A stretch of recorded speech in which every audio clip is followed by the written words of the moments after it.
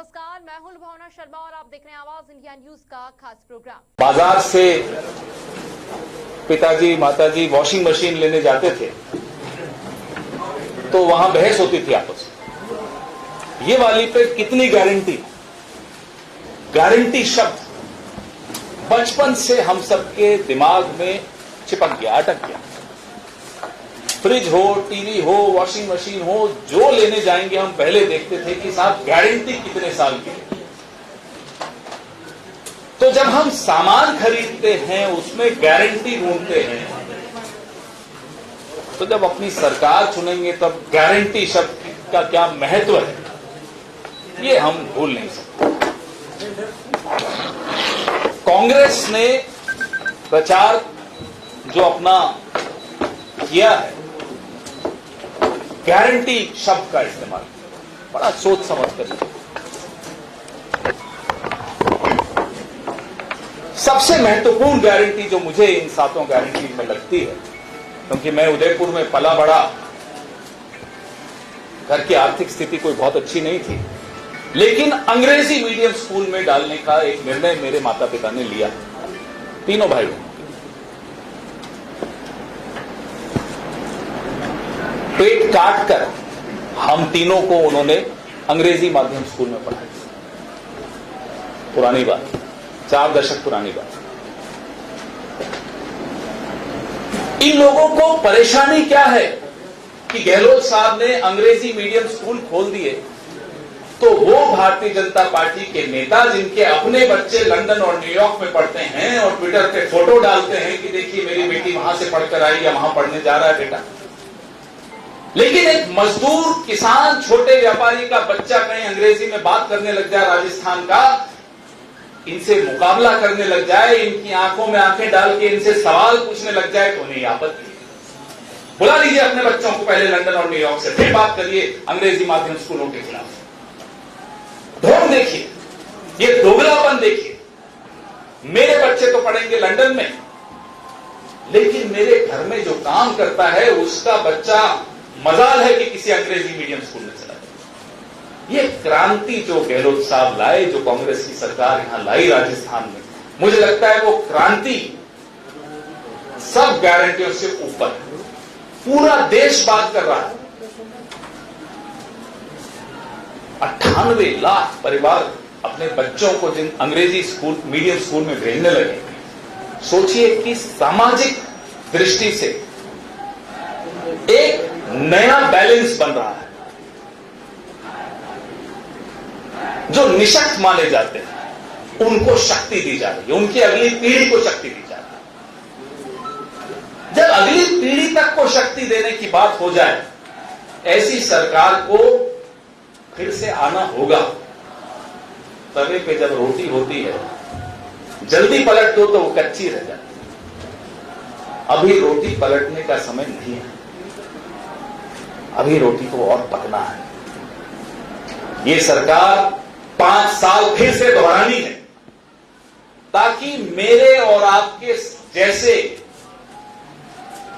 हमारे घर में जो काम करते हैं, जो ठेला चलाते हैं, जो रिक्शा चलाते हैं, जो सब्जी बेचते हैं, उनके बच्चे भी अंग्रेजी माध्यम स्कूल में पढ़ सकें। मैं आज सिर्फ एक गारंटी की बात करूंगा, क्योंकि ये गारंटी मुझे भावुक कर देती है, क्योंकि मैं उस दौर से गुजरा हूं जहां 2 वक्त की रोटी न भी हो तो अंग्रेजी माध्यम स्कूल में पढ़ाया, और उसका नतीजा हम तीनों भाई बहनों को मिला। ऐसे अगली पीढ़ी में निवेश किया जाता है। तो गहलोत सरकार ने अगली पीढ़ी में निवेश किया है, उसके जवाब में आपको इसी पार्टी में फिर से निवेश करना है, ताकि रोटी पूरी पके। और वो लोग जिनको आपत्ति है अंग्रेजी माध्यम स्कूलों से, वो खुलकर सामने आए, बताएं क्या आपत्ति है।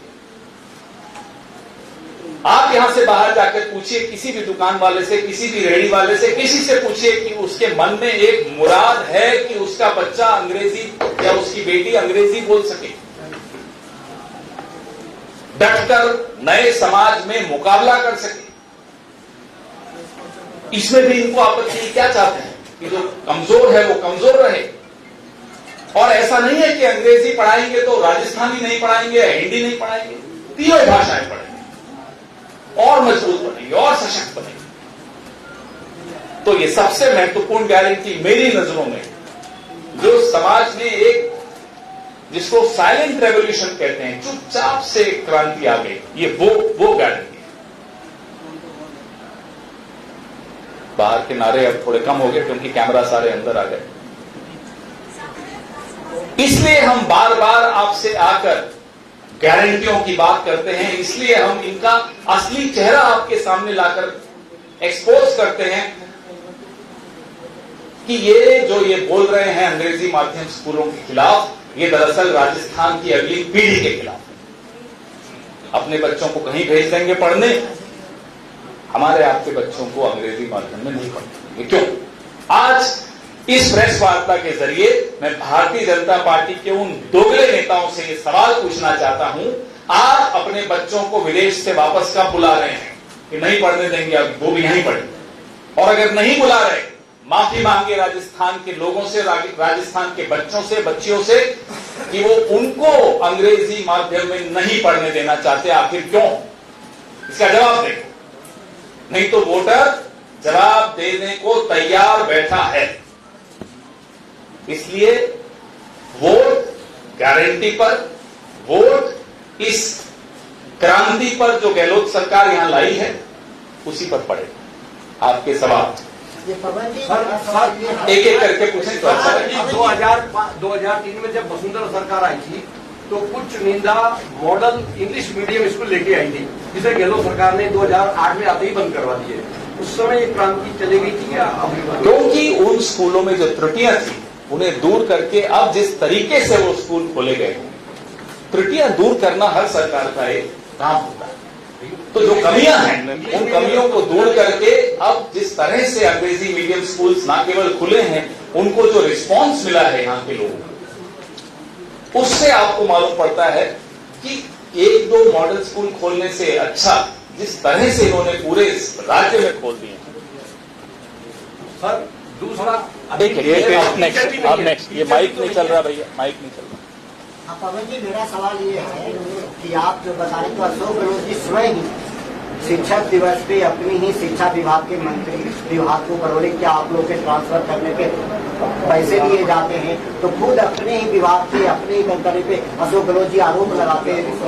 देखिए, कोई भी सरकार का मुखिया अगर अपनी ही सरकार में खुलकर पारदर्शिता की बात करता है तो उसमें आपको आपत्ति क्यों होनी चाहिए, मुझे ये बताओ। मोदी जी में तो हिम्मत नहीं है, कभी वो टेनी जी को तो अभी तक नहीं हटा पाए। देखिए, पारदर्शिता लाना, हमारे जहां से हम आए हैं अभी केंद्र सरकार वहां बैठी है, अभी महीना डेढ़ महीना पहले सीएजी की रिपोर्ट्स आई, पारदर्शिता की बात करते हैं हम लोग। सीएजी की रिपोर्ट्स आने के बाद हमें और आपको क्या उम्मीद होती है कि कार्रवाई की जाएगी। कार्रवाई की गई, किस पर की? जिन्होंने वो रिपोर्ट लिखी। ये अंतर है। तो आप अगर गहलोत साहब ने ऐसा कहा या सवाल उठाया तो मुझे लगता है कि ये बहुत अच्छी बात है कि ऐसा सवाल उठाया। पारदर्शिता लाना हर सरकार के मुखिया का राजधर्म होता है। सर, माइक नहीं चल रहा भैया आपका। सर अभी आपने अभी आ रहा हूँ। बिश्नोई का एक नोट बांटने का वीडियो वायरल हो रहा है, क्या रेलवे? मैंने देखा नहीं, देखकर उस पर वो भी बताएंगे, हम भी बताएंगे, फिर देख तो नहीं एक बार। सर, अभी आपने कहा कि बीजेपी नेता अपने बच्चों को विदेश में पढ़ते हैं, आपके कांग्रेस पार्टी के राहुल गांधी, सचिन पायलट ऐसे तमाम बिल्कुल, लेकिन फिर हम यहाँ अंग्रेजी माध्यम स्कूल लाते हैं, हम ये ढोंग नहीं करते साहब। नहीं, हम ये नहीं कह रहे, हम कह रहे हैं जिनको आपत्ति है कि यहाँ के लोगों के लिए अंग्रेजी माध्यम स्कूल न हो, उनको जाने का हक नहीं है। ये बहुत स्पष्ट है बात। मैंने अभी जैसा कहा कि मैंने वो देखा नहीं, उसके तथ्य नहीं मालूम, तो जब तक तथ्य मुझे नहीं मालूम होंगे उस पर मैं टिप्पणी नहीं करूँ। मैं ये पूछना चाहता है कि पार्टी में सिर्फ टिकट मिलना सबसे बड़ी बात होती है क्या? क्योंकि बीजेपी से गवर्नमेंट छोड़ के पार्टी छोड़ के आता है, कांग्रेस में आता है, टिकट मिल जाता है। इधर से भी कुछ लोग उधर टिकट नहीं मिला तो उधर चले जाता है, टिकट मिल जाता है। इसमें आइडियोलॉजी कुछ नहीं है, कांग्रेस बीजेपी में आइडियोलॉजिकल कोई डिफरेंस नहीं है क्या? अब किस सीट के बारे में और किस टिकट के बारे में और किस व्यक्ति के बारे में पूछ रहे हैं मुझे नहीं मालूम, लेकिन लोकतंत्र में, चुनावों में एक लक्ष्मण रेखा तो हर पार्टी रखती है, हम भी रखते हैं। हमारी लक्ष्मण रेखा आप जानते हैं क्या है। लेकिन कई बार ये होता है कि कुछ लोग भूल सुधारना चाहते हैं, कुछ लोग मन उनका भर चुका होता है किसी विचारधारा से या किसी पार्टी से, वो आना चाहते हैं। ये होता है चुनावों में, कमोबेश हर पार्टी में ये होता है। आप तो मिले थे अभी। पिछले दिनों बात की कि भूलो, माफ करो और आगे बढ़ो। उसी के तहत जो कांग्रेस की 3 सूचियां थी वो जारी की गई। चौथी और 5वीं सूची आई तो भूलो, माफ करो, आगे बढ़ो की चीज थोड़ी पीछे हो गई। वो कई मौजूदा विधायकों के टिकट कट गए। आज वो आरोप लगा रहे हैं, बेरवा भी है कि हमारे कट गए क्योंकि हम जिताऊंगी के सर्वे में मान लेते, लेकिन जिन लोगों ने पार्टी के खिलाफ जगह की थी उनको टिकट नहीं मिलना चाहिए। क्या कहना है? मुझे 35 की काफी है क्या? हाँ? 2-3-5 सूची आई थी, उसमें 35 लोग टिकट काटे हैं। क्या दूसरे चरण के? देखिए, मैं टिकटों पर ज्यादा बोलूंगा तो बिना ज्ञान के बोलने का लाभ नहीं। मैंने सर्वे रिपोर्ट्स देखी नहीं। सर्वे रिपोर्ट्स के आधार पर सबसे सलाह लेकर एक प्रक्रिया के तहत टिकटें बांटी जाती हैं। समय लगता है, जैसे हमें समय लग भी रहा है, लगना भी चाहिए, लेकिन वो समय सर्वेज को अच्छी तरह से उसका विश्लेषण करके, कोई एक सर्वे नहीं होता, अलग अलग स्तर पे सर्वे होते हैं, उनका विश्लेषण किया जाता है, अलग अलग नेताओं से सलाह ली जाती है, सलाह मशविरा के पश्चात टिकटों का वितरण होता है। उसमें जाहिर सी बात है कुछ लोग नाराज भी होते हैं, अरे साहब ये तो चलो जीतने वाली पार्टी है, हारने वाली पार्टी में देखो कितनी मारापीटी हो रही है, तो हम तो जीतने वाले हैं, हमारे यहाँ तो जाहिर सी बात है थोड़ा रोष तो होगा ना। सर जैसे आपने कहा इंग्लिश मीडियम, आपके टॉपिक पे आते हैं, इंग्लिश मीडियम स्कूल में ना तो अभी बिल्डिंगें हैं, आपने खोल दी, किराए पे कई जगह किराए पे चल रही है, कई जगह उधार की उसमें चल रही है। दूसरी ना टीचर है इंग्लिश पढ़ाने वाले, जब पढ़ाने वाले है नहीं तो फिर वो पढ़ेगा कैसे बच्चा और कैसे आगे बढ़ेगा? देखिए साहब, नींव डालते ही इमारत नहीं खड़ी हो जाती। भैया या तो माइक चला दो या आप लोग चुप हो जाओ, दोनों में से एक चीज तो कर दो। नींव डालते ही तो इमारत नहीं बन जाएगी साहब। आपने तो वही बात कर दी जो हमारे दिल्ली वाले, गुजरात वाले 2 बाबा करते हैं, 70 साल में कुछ नहीं हुआ। तो नींव डालने के पश्चात इमारत बननी शुरू हो और मारामारी हो जाए कि साहब भर्ती करवाइए। सब लोग चाहते हैं कि हमारे बच्चे अंग्रेजी माध्यम स्कूल में जाएं। जो रिस्पांस इस गारंटी का आया है, इस स्कीम का आया है, वो देखकर आंखों में आंसू आ जाए कि लोगों के मन में ये है कि हमारे बच्चे अंग्रेजी पढ़ें। अब इमारत में 1 फ्लोर बना, 2 फ्लोर बने, 3 फ्लोर बने, समय लगेगा। काम शुरू हो गया, इसलिए कहा था रोटी पलट दोगे तो कच्ची रह जाएगी। सवाल मेरा है, चुनाव में कांग्रेस का प्रमुख मुद्दा कौन सा है? जो मुद्दा जो है, जो कौन सा मुद्दा प्रमुख रहेगा? देखिए, जो काम किया है उसके बाद कुछ कहने को रह नहीं जाता। मैं अभी सीएम साहब के साथ ही दिल्ली से आया। हवाई अड्डे पे जब हम उतरे और बाहर आ रहे थे तो एक प्रौढ़ दंपत्ति ने सीएम साहब को रोका। साहब हम आबू धाबी में रहते हैं, रहने वाले जयपुर के हैं, वोट देने आए, आपका काम इतना पसंद आया कि इस बार हमने सोचा हम आबू धाबी से वापस जयपुर आकर वोट दें अपना। इसके बाद न कहने को कुछ रह जाता है, न सुनने को कुछ रह जाता है। लेकिन प्रमुख मुद्दा यही है कि रोटी कच्ची अच्छी नहीं रहती। एक मिनट योगी आदित्यनाथ आज तिगारा के दौरे पे आए थे नॉमिनेशन फाइल करने। उन्होंने वहां पर कहा अगर कांग्रेस राजस्थान में सफल होती है तो तालिबानी मानसिकता हावी होकर बहन बेटियों की इज्जत के साथ खिलवाड़ करेगी। अब ये मेरे राज्य का माहौल बिगाड़ने की अनुमति मैं किसी को दूंगा नहीं। कल पुलिस वालों को दौड़ा दौड़ा कर उत्तर प्रदेश में गुंडों ने पीटा। अरे अपना राज्य जाकर संभालिए ना साहब। सुबोध कुमार सिंह पुलिस का एक अधिकारी था, उसकी हत्या कर दी गई, संभालिए ना साहब। यहां आकर मेरे राज्य का माहौल क्यों बिगाड़ रहे? अपना राज्य संभलता नहीं है, चले आए यहां माहौल बिगाड़ दिया। राजस्थान की जनता जवाब देगी। जी कुछ दिन पहले मुख्यमंत्री गहलोत दिल्ली में प्रेस वार्ता करते हैं, एक सेकंड। मौजूद होते हैं, वहां पे वो कहते हैं कि मुख्यमंत्री कोशिश छोड़ नहीं रही है और शायद छोड़ेगी भी नहीं। फिर सचिन पायलट बयान देते हैं कि विधायक दल के जो विधायक है वो तय करेंगे कि मुख्यमंत्री कौन होगा। आप हर चीज को मुद्दा क्यों बनाते हैं? लगता है सर ये सुनकर नहीं, बनाइए बनाइए, मुद्दा बनाइए। आज मुद्दा क्या है?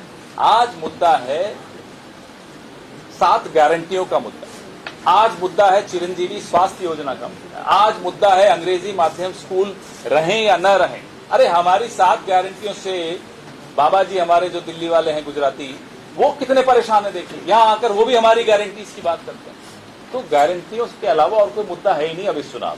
भ्रष्टाचार की बात करती है भाजपा का आरोप है कि सचिवालय में आग लगी, वो आग लगाई गई है, भ्रष्टाचार की फाइलें हैं उन्हें जलानी। अरे साहब, आईटी के कमरे में आग लगी, उसमें कौन सा भ्रष्टाचार का फाइलें हैं? गुजरात और उत्तर प्रदेश में हर बार चुनाव से पहले ऐसे ऐसे फाइलों में आग लगती है जहां मालूम है कि कुछ हुआ। लेकिन अब तो ऐसी बेशर्मी का आलम है कि सीएजी की रिपोर्ट्स आती हैं तो रिपोर्ट लिखने वाले पे कार्रवाई हो जाती है। ये लोग भ्रष्टाचार की बात कर रहे हैं। बताइए बताइए, लोकपाल का नाम क्या है? किसी को नहीं मालूम। कौन है लोकपाल इस देश में? नहीं मालूम। लोकपाल का आंदोलन कितना बड़ा था। आज मुझे अभी गूगल किए बगैर मुझे नहीं मालूम पड़ेगा लोकपाल कौन है। अतुल जी तो बड़े ज्ञानी हैं, IAS वाईएएस कर चुके हैं। पूछिए इनसे लोकपाल कौन है, पूछिए स्वर्णिम भाई से लोकपाल कौन है। मैं आपसे पूछता हूं बिना गूगल किए, बताओ। एक सेकंड। लोकपाल का जब नाम नहीं मालूम जिस देश में, और लोकपाल के आंदोलन पे सवार होकर सरकारें बनाते हैं, वो भ्रष्टाचार की बात करते हैं। हाँ जी, आप पूछ रहे थे। मैं कह रहा हूँ आप जिस लोकपाल को आज आप आरोपित कर रहे हो, मैं लोकपाल पे तो कोई आरोप लगा ही नहीं रहा। मैं तो कह रहा हूँ नाम ही नहीं मालूम हमें। बात तो सुनिए, उसी अरविंद केजरीवाल के साथ आज आपकी पार्टी जो है इंडिया अलायंस में साथ है। अब आप कैसे कह सकते हैं? भाई हम तो नरेंद्र मोदी जी से पूछते हैं कि लोकपाल आपने बनाया ना, कहाँ है वो लोकपाल? उस पर कितने केस आपने उसको दिए हैं? लोकपाल तो केंद्र सरकार ने बनाया ना। मैं लोकायुक्त की बात नहीं कर रहा हूं, मैं एक सेकंड लोकपाल की बात कर रहा हूं, सीएजी की बात कर रहा हूं। कहां है सीएजी? क्या होता है सीएजी रिपोर्ट्स का? 55 आई थी 2015 में, 2021 तक आते आते 14 रह गई। सीएजी रिपोर्ट्स नहीं आती अब इस देश में। आती है तो उनकी ट्रांसफर कर दी जाती है जो रिपोर्ट लिखते हैं ऑडिटर्स। कैलाश चौधरी ने कहा था 2 दिन पहले कि गहलोत सरकार ने अपने विधायकों को, मंत्रियों को खुले सांड की तरफ छोड़ रखा है, भ्रष्टाचार। किसने कहा था? केंद्रीय मंत्री कैलाश चौधरी ओपनिंग स्टेटमेंट दिया था कि भ्रष्टाचारी प्रधानमंत्री जब सत्ता में आए भ्रष्टाचारी वो प्रधानमंत्री, उसमें उन्होंने प्रधानमंत्री जी के लिए भी कुछ कहा था, उस पर भी पूछ लीजिए। करप्ट कहा था। तो जो आदमी अपने प्रधानमंत्री को भ्रष्ट कह दे, वैसे कैलाश मेघवाल जी ने भी कुछ कहा था, क्या हुआ उससे बताइए? उस पर भी सवाल पूछिए। ये कांग्रेस की रोटी पर खाने की आप बात कर रहे हैं या राजस्थान के विकास की बात कर रहा हूं। वो विकास की रोटी है साहब, विकास की रोटी है। ये बातें यहाँ नहीं चलेंगी। राजस्थान में ऐसी कोई बात ही नहीं है। राजस्थान में विकास की रोटी है, कहीं कच्ची न रह जाए, बस ये बात है। मेरी कोई दावेदारी नहीं है विधानसभा में।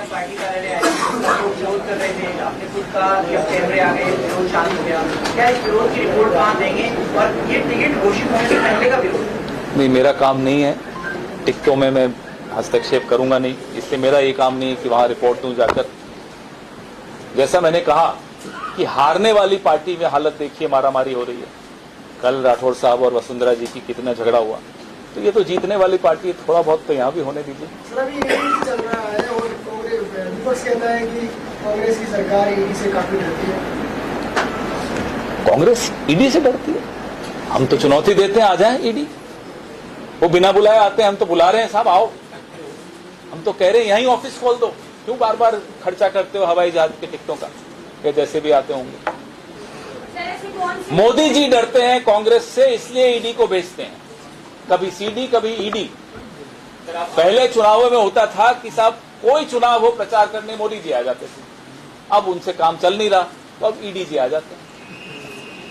कौन सी खास मुद्दे जिसमें बार कांग्रेस प्रदेश की जनता से वोट की अपील करेगी? जो काम किया दिल से, इसलिए कांग्रेस फिर से एक नारे में सब कुछ आ जाता है। उसमें हमारी सारी गारंटीज आ जाती हैं, उसमें हमारी तमाम योजनाएं आ जाती हैं। एक सवाल हो, इंडिया अलायंस में बहुत सारे दल हैं, कुछ आपके दोस्त भी हैं, वो एक मंच शेयर किया, सब कुछ हुआ, लेकिन राजस्थान में तो आमने सामने आम आदमी पार्टी से आपके सामने भाई सबका हक है, लड़े यहाँ। ये लोकसभा चुनाव 2024 के लोकसभा चुनाव के लिए गठबंधन हो रहा है या हुआ है। उसके पहले अगर विधानसभा चुनाव में कोई अपनी किस्मत आजमाना चाहता है तो आजमाए, उसमें क्या दिक्कत है। कोशिश नहीं कर रहे थे, आप पहले ही मना कर रहे थे, लेकिन उदयपुर की जवानी को टिकट मिला है, प्रचार करने आएंगे? क्यों नहीं आएंगे? हमारे साथी, हमारे विभाग के एक अच्छे प्रवक्ता हैं गौरव वल्लभ जी, मैं क्यों नहीं जाऊंगा? मेरा शहर है, परसों उनसे रात को बात भी हुई, बिल्कुल जाऊंगा और भरपूर प्रचार करूंगा। पैसे से टिकट लाना कांग्रेस में आसानी है बीजेपी? अपने हो गए ना 2 आज यार, वो हो गए। आप आदमी बड़े मजेदार हैं। अगला एक का वादा था, 2 हो गए अब तो यार। आपने तो 3 सवाल पूछ लिए, अब तो हो गए, एक की बात। हाँ बोलिए, बोलिए। हाँ बोलिए। राजस्थान सरकार दिल्ली सरकार आगे से आते थे, नियम पे चल रही है। उन्होंने पहले इंग्लिश मीडियम स्कूल खोले, 150 यूनिट फ्री करी, यहाँ पे भी मोबाइल। ये एक अजीब सी बीमारी है। कुछ लोगों को लगता है कि सूरज उगना ही 2014 में शुरू हुआ, कुछ लोगों को लगता है कि 2013 की दिसंबर में ही सूरज उगा, उससे पहले सूरज उगता ही नहीं था भारत में। ऐसा नहीं था ना साहब, काम बहुत हुए।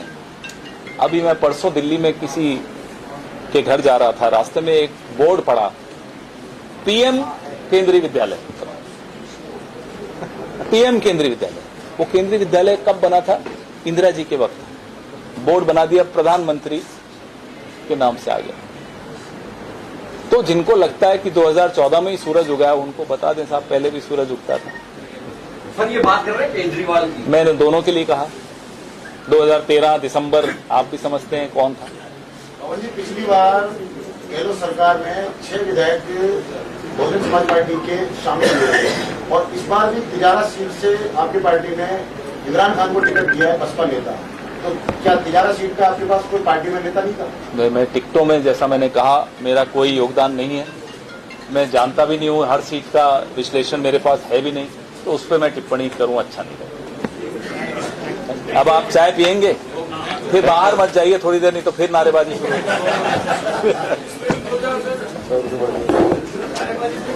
बोल दिया ना मैंने।